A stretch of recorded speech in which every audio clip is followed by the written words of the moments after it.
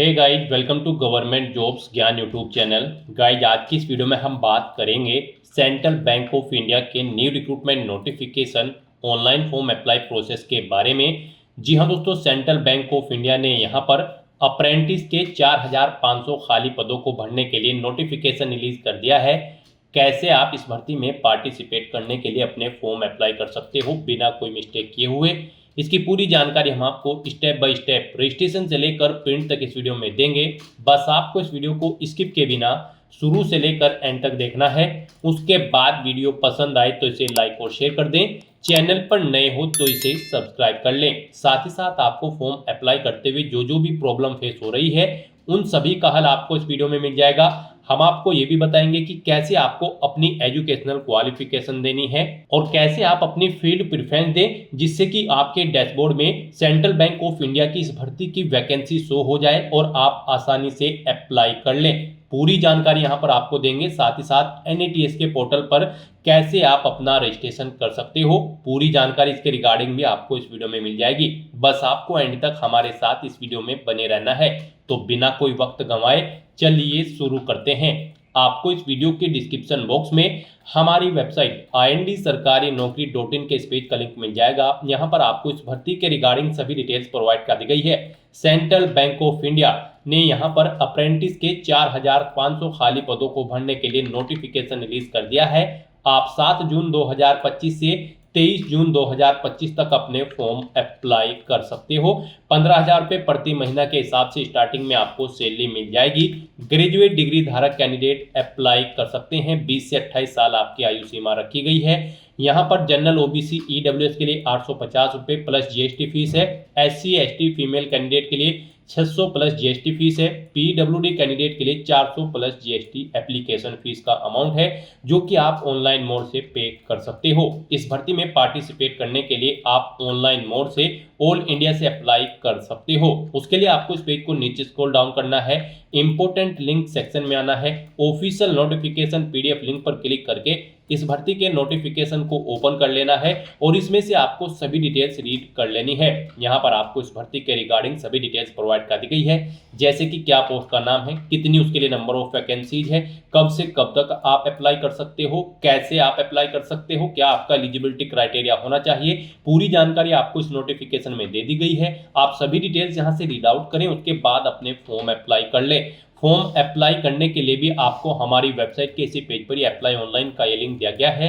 जैसे ही आप इस लिंक पर क्लिक करेंगे तो आपके सामने यहाँ पर NATS का ये ऑफिशियल पोर्टल ओपन होगा।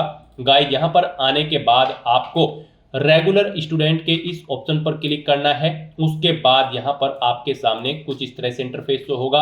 अब यहाँ पर आने के बाद अगर आपने पहले से रजिस्ट्रेशन कर रखा है तो आपको स्टूडेंट लॉगिन के इस ऑप्शन पर क्लिक करते हुए अपनी ईमेल आईडी और पासवर्ड एंटर करते हुए अपने डैशबोर्ड में लॉगिन कर लेना है और फिर आपको अपना फॉर्म अप्लाई करना है।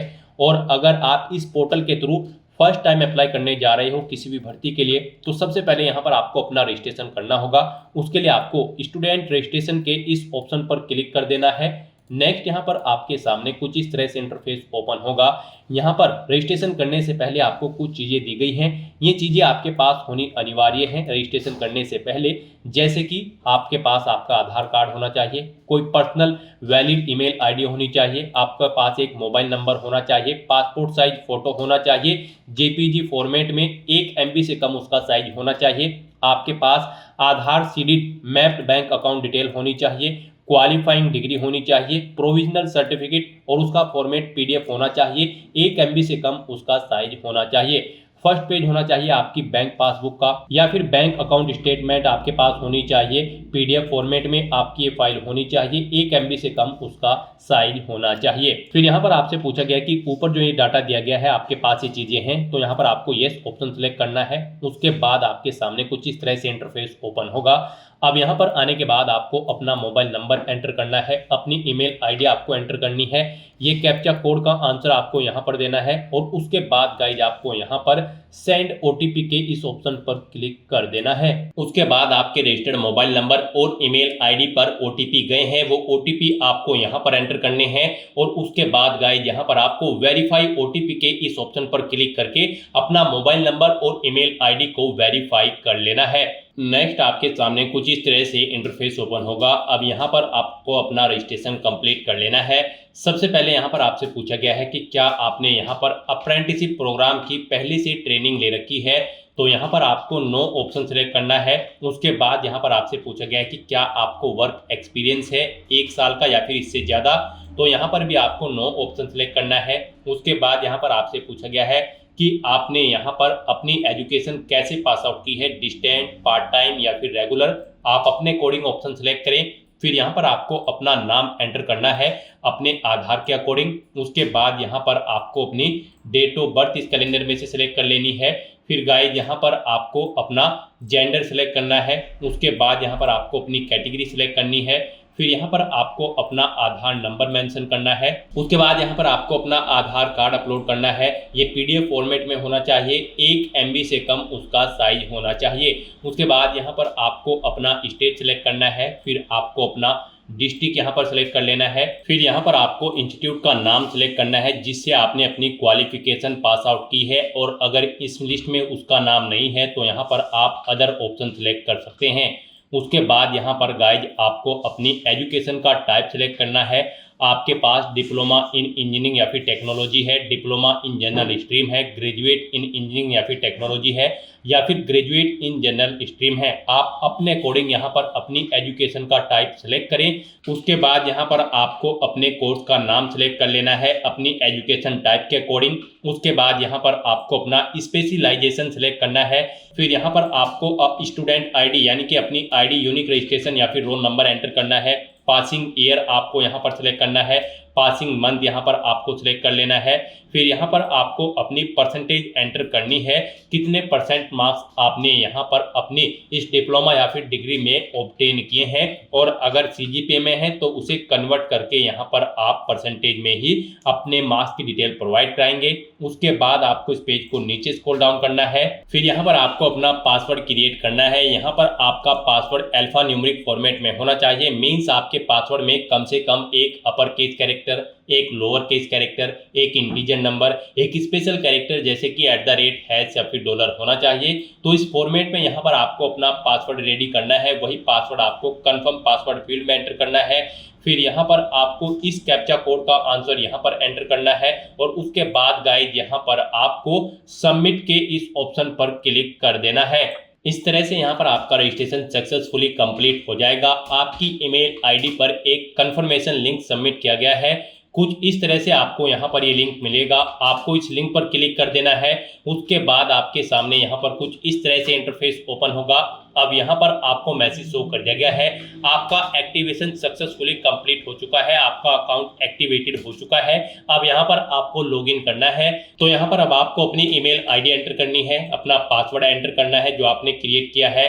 ये कैप्चा कोड का आंसर आपको यहाँ पर प्रोवाइड करना है, और उसके बाद गाइस यहाँ पर आपको लॉगिन के इस ऑप्शन पर क्लिक करके अपने डैशबोर्ड में लॉगिन कर लेना है।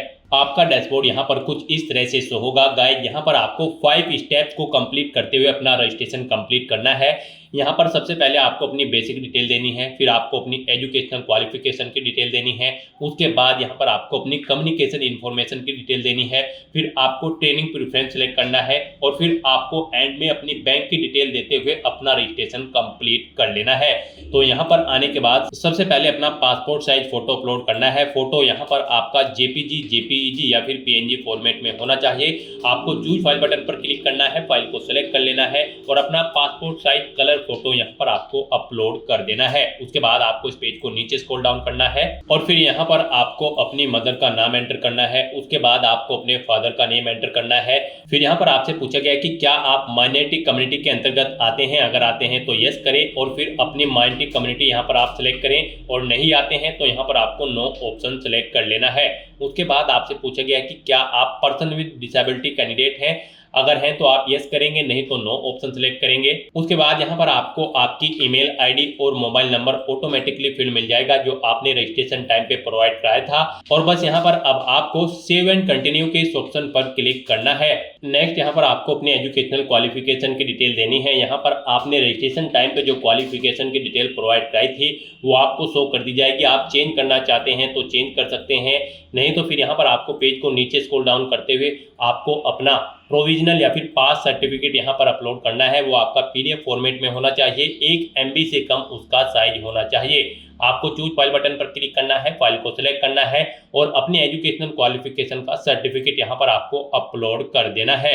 और उसके बाद आपसे पूछा गया है आपने जो भी क्वालिफिकेशन की होगी, आपने जो ऊपर डिटेल प्रोवाइड कराई है वो आपने किसके बाद की थी, डिप्लोमा, हायर क्वालिफिकेशन या फिर हाई स्कूल या फिर ITI। आप अपने अकॉर्डिंग यहाँ पर ऑप्शन सेलेक्ट करें और उसकी डिटेल फिर यहाँ पर दें। जैसे कि यहाँ पर आपको सबसे पहले अपना स्टेट सेलेक्ट करना है, फिर यहाँ पर आपको अपना स्कूल या इंस्टीट्यूट का डिस्ट्रिक्ट सेलेक्ट करना है। जो क्वालिफिकेशन की डिटेल यहाँ पर आप प्रोवाइड करने जा रहे हैं वो आपने किस डिस्ट्रिक्ट से पास आउट की है, फिर यहाँ पर आपको स्कूल या इंस्टीट्यूट का नाम देना है, फिर आपको अपने बोर्ड का नाम देना है जिससे आपने अपनी 10वीं या फिर 12वीं क्लास पास आउट की है, या फिर स्कूल का नाम दे जिससे आपने अपनी ITI या फिर डिप्लोमा पास आउट किया है। फिर यहाँ पर आपको अपनी ID, स्टूडेंट ID या फिर इनरोलमेंट नंबर एंटर करना है। उसके बाद आपने कितनी परसेंटेज यहाँ पर ऑब्टेन किए हैं वो आपको एंटर करनी है। अपने बारे में आप इंफॉर्मेशन यहाँ पर दें। फिर यहाँ पर आपको अपनी जनरल स्किल्स की डिटेल देनी है। फिर यहाँ पर आपको अपनी लैंग्वेज की डिटेल देनी है, कौन कौन सी लैंग्वेज यहाँ पर आप जानते हैं, जैसे कि हिंदी, इंग्लिश या फिर उर्दू। कोमा लगाकर आपको अपनी लैंग्वेज की डिटेल यहाँ पर प्रोवाइड करा देनी है, कुछ इस तरह से। और फिर यहाँ पर गाइड आपको अपनी डिटेल प्रोवाइड कराने के बाद सेव एंड कंटिन्यू के इस ऑप्शन पर क्लिक करना है। नेक्स्ट यहाँ पर आपको अपनी कम्युनिकेशन इन्फॉर्मेशन देनी है। यहाँ पर सबसे पहले आपको अपना परमानेंट एड्रेस एंटर करना है। आप अपना पिन कोड एंटर करें, पोस्ट ऑफिस सेलेक्ट करें, डिस्ट्रिक्ट सेलेक्ट करें, स्टेट सेलेक्ट करें। उसके बाद यहाँ पर आप अपना एड्रेस मेंशन कर दें और उसके बाद यहाँ पर आपको अपना प्रजेंट एड्रेस देना है। और अगर आपका प्रजेंट एड्रेस आपके परमानेंट एड्रेस के अकॉर्डिंग सेम है तो आप इस चेकबॉक्स को ओके कर दें। ऑटोमेटिकली आपका प्रजेंट एड्रेस आपके परमानेंट एड्रेस के अकॉर्डिंग फिल हो जाएगा। उसके बाद गाइस यहाँ पर आपको सेव एंड कंटिन्यू के इस ऑप्शन पर क्लिक कर देना है।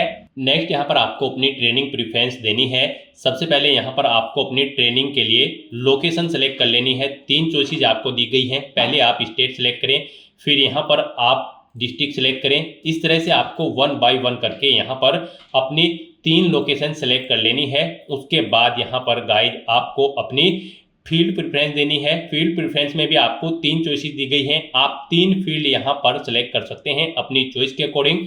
आप अपनी चॉइस के अकॉर्डिंग कोई भी 3 फील्ड यहाँ पर सेलेक्ट करें। यहाँ पर केयरफुली आपको अपनी फील्ड प्रेफरेंस सेलेक्ट करनी है। इसी के अकॉर्डिंग ही आपको आपके डैशबोर्ड में वैकेंसी शो होंगी, यानी कि जो भी आपकी फील्ड प्रेफरेंस होगी और उससे रिलेटेड भर्ती जब आएगी तभी आप उन पर अप्लाई कर पाओगे।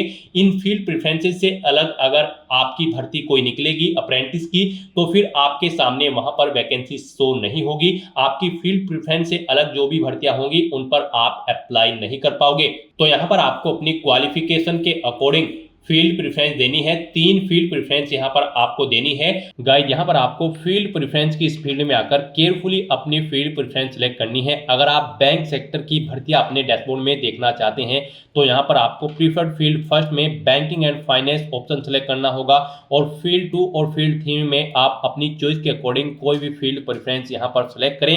यहाँ पर आप जिस भी फील्ड से रिलेटेड फील्ड प्रेफरेंस सेलेक्ट करेंगे उसी के अकॉर्डिंग आपके डैशबोर्ड में वैकेंसी शो होंगी। और उसके बाद गाइज आपको यहाँ पर सेव एंड कंटिन्यू के इस ऑप्शन पर क्लिक कर देना है। नेक्स्ट यहाँ पर आपको अपनी बैंक डिटेल देनी है। यहाँ पर आने के बाद सबसे पहले आपको अपने बैंक का IFSC कोड एंटर करना है। फिर उसके अकॉर्डिंग यहाँ पर आपको बैंक ब्रांच नेम मिल जाएगा और आपके बैंक का नेम यहाँ पर आपको ऑटोमेटिकली मिल जाएगा। उसके बाद यहाँ पर आपको बैंक अकाउंट होल्डर का नाम देना है, यानी आपको आपका नाम देना है जो आपके बैंक के अकाउंट में है। उसके बाद आपको यहाँ पर अपना बैंक अकाउंट नंबर देना है। फिर गाइस यहाँ पर आपको अपनी पासबुक अपलोड करनी है, या फिर अगर आपका करंट अकाउंट है तो फिर यहाँ पर आपको अपनी स्टेटमेंट अपलोड कर देनी है। वो यहाँ पर आपके PDF फॉर्मेट में होने चाहिए। आपको चूज फाइल बटन पर क्लिक करना है, फाइल को सेलेक्ट कर लेना है और अपनी पासबुक या फिर बैंक स्टेटमेंट यहाँ पर आपको अपलोड कर देनी है। और उसके बाद गाइज आपको यहाँ पर सेव एंड प्रीव्यू के इस ऑप्शन पर क्लिक कर देना है। नेक्स्ट यहाँ पर आपको आपके रजिस्ट्रेशन का पूरा प्रीव्यू शो कर दिया गया है। आपको सभी डिटेल्स केयरफुली चेकआउट करनी है। पेज को नीचे स्क्रॉल डाउन करना है, इस चेकबॉक्स को आपको ओके करना है। और यहाँ पर अगर कोई मिस्टेक है तो आप एडिट के इस ऑप्शन पर क्लिक करके अपने रजिस्ट्रेशन फॉर्म में आप एडिट कर सकते हो। सभी चीजें ओके हैं तो आप प्रिंट के ऑप्शन पर क्लिक करके अपने रजिस्ट्रेशन फॉर्म का एक हार्ड कॉपी प्रिंट आउट ले सकते हो। और फिर गाइज यहाँ पर आपको फाइनल सबमिट के इस ऑप्शन पर क्लिक कर देना है। नेक्स्ट आपको आपके डैशबोर्ड में डायरेक्ट कर दिया जाएगा। जाएगा। यहाँ पर आपको एक इनरोलमेंट आईडी प्रोवाइड करा दी गई है, आपको इसे केयरफुली नोट डाउन करके रख लेना है फ्यूचर यूज के लिए। और ये आईडी आपकी रजिस्टर्ड ईमेल आईडी पर भी सबमिट कर दी गई है। यहाँ पर आपका NATS के पोर्टल पर रजिस्ट्रेशन सक्सेसफुली कंप्लीट हो चुका है।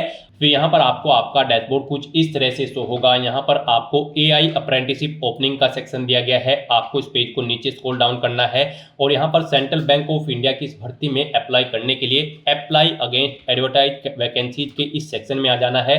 गाइस यहाँ पर आने के बाद जब आप यहाँ पर अपना डैशबोर्ड चेक करेंगे तो आपको आपके डैशबोर्ड में यहाँ पर सेंट्रल बैंक ऑफ इंडिया का कुछ इस तरह से कॉलम मिल जाएगा। यहाँ से आप सभी डिटेल्स इस भर्ती के रिगार्डिंग चेकआउट कर सकते हो और अप्लाई कर सकते हो। यहाँ पर आप चेकआउट कर सकते हो सेंट्रल बैंक ऑफ इंडिया में अप्रेंटिस के 4500 खाली पदों को भरने के लिए भर्ती होने जा रही है। आप 23 जून 2025 तक अपने फॉर्म अप्लाई कर सकते हो। यहाँ पर आप व्यू के इस ऑप्शन पर क्लिक करके इस भर्ती के रिगार्डिंग सभी डिटेल्स व्यू कर सकते हो। और अप्लाई करने के लिए गाइस यहाँ पर बस आपको सिंपली अप्लाई के इस ऑप्शन पर क्लिक करते हुए अप्लाई कर लेना है। जैसे ही आप इस बटन पर क्लिक कर लेंगे तो यहाँ पर आप सेंट्रल बैंक ऑफ इंडिया की इस भर्ती के लिए अप्लाई कर लोगे। सिंपल टास्क है, आपको कुछ नहीं करना है, बस यहाँ पर आपको अप्लाई के इस बटन पर क्लिक करना है और उसके बाद गाइस यहाँ पर आप चेकआउट कर सकते हो। यहाँ पर जब आप अप्लाई के बटन पर क्लिक कर देंगे तो आपके सामने यहाँ पर शो हो जाएगा अप्लाइड, अप्लाई का बटन अप्लाइड हो जाएगा, यानी कि आप इस भर्ती के लिए सक्सेसफुली अप्लाई कर चुके हो। गाइस यहाँ पर आपको ये भर्ती तभी शो होगी जब आपने फील्ड प्रेफरेंस देते हुए NATS के पोर्टल पर जब आप रजिस्ट्रेशन कर रहे थे, वहां पर जब फील्ड प्रेफरेंस आपसे पूछा गया था तो वहां पर जब आपने banking and finance field select की होगी तभी आपके डैशबोर्ड में आपको ये वैकेंसी शो होगी, अदरवाइज आपके डैशबोर्ड में ये वैकेंसी शो नहीं होगी। तो जब आप अपना NATS के पोर्टल पर रजिस्ट्रेशन करेंगे तो वहां पर जब आप फील्ड प्रेफरेंस देंगे उसमें फर्स्ट नंबर पर आपको banking and finance option select करना होगा। और अगर आपको यहाँ पर आपके इस सेक्शन में ये वैकेंसी शो नहीं हो रही है तो यहाँ पर आप सर्च के इस बॉक्स में आए, यहाँ पर आप central bank of India type करें, आपके सामने ये वैकेंसी शो हो जाएगी और आप सिंपली इसके लिए अप्लाई के बटन पर क्लिक करते हुए अप्लाई कर सकते हो। स्टेटस में आपको शो कर दिया जाएगा अप्लाई बटन पर क्लिक करने के बाद कि आप इस भर्ती के लिए सक्सेसफुली अप्लाई कर चुके हो। आप अपने डैशबोर्ड में एप्लीकेशन मैनेजमेंट की टैब पर क्लिक करके भी चेकआउट कर सकते हो आप किन किन भर्तियों के लिए यहाँ पर अप्लाई कर चुके हो। यहाँ पर आप चेकआउट कर सकते हो कि आप सेंट्रल बैंक ऑफ इंडिया की इस भर्ती के लिए अप्लाई कर चुके हो। यहाँ पर अप्लाइड आपके सामने शो हो जाएगा, यहाँ पर आपको सभी भर्तियां शो कर दी जाएंगी जिनके लिए आप अप्लाई कर चुके हो। इस तरह से यहाँ पर आप सेंट्रल बैंक ऑफ इंडिया की इस भर्ती के लिए अप्लाई कर सकते हो। यहाँ पर आप अप्लाई तो कर चुके हो, अब आपको अपना फीस पेमेंट करना होगा। फीस पेमेंट के लिए क्या होगा, यहाँ पर सक्सेसफुली अप्लाई करने के बाद आपके 4 या 5 घंटे बाद आपकी रजिस्टर्ड ईमेल आईडी पर फीस पेमेंट के लिए एक लिंक सबमिट किया जाएगा, उसके थ्रू आप अपना फीस पेमेंट कर सकते हो। उसमें आपको सभी डिटेल्स प्रोवाइड कर दी जाएगी, जैसे कि किस अकाउंट नंबर में आपको अपनी फीस जमा करानी है, किस नाम पर आपको फीस जमा करानी है और कितना अमाउंट आपको फीस का जमा कराना है। पूरी जानकारी आपको उस ईमेल में मिल जाएगी। यहाँ पर आप परेशान ना हो, साथ के साथ आपको ईमेल नहीं मिलेगी, 4-5 घंटे या फिर 1 या 2 दिन के बाद भी आपकी ईमेल आईडी पर मेल आ जाएगी और फिर आपको अपना फीस पेमेंट करना है। यहाँ पर हम आपको बता दें, जनरल OBC EWS कैंडिडेट को 850 रुपए प्लस GST फीस के रूप में देने हैं। SC ST फीमेल कैंडिडेट को 600 रुपए प्लस GST फीस के रूप में जमा कराने होंगे। PWD कैंडिडेट को 400 रुपए प्लस GST यहाँ पर फीस के रूप में जमा करानी होगी, जो कि आप ऑनलाइन मोड में NEFT RTGS या फिर किसी और अन्य माध्यम से जमा करा सकते हो। वो यहाँ पर आप जब आपको मेल आएगी उसकी पूरी जानकारी आपको मिल जाएगी कैसे आपको फीस पेमेंट करना है। तो आपको रेगुलरली अपनी ईमेल आईडी को चेकआउट करते रहना है, उस पर आपको आपकी फीस की डिटेल मिल जाएगी। तो दोस्तों ऐसे आप central bank of India apprentice के 4500 खाली पदों को भरने के लिए अपना फॉर्म अप्लाई कर सकते हो बिना कोई मिस्टेक किए हुए। आज की इस वीडियो में बस इतना ही। आई होप ये वीडियो आपको पसंद आई होगी। अगर पसंद आई हो तो इसे लाइक और शेयर करें, चैनल पर नए हो तो इसे सब्सक्राइब कर लें। Thanks for watching.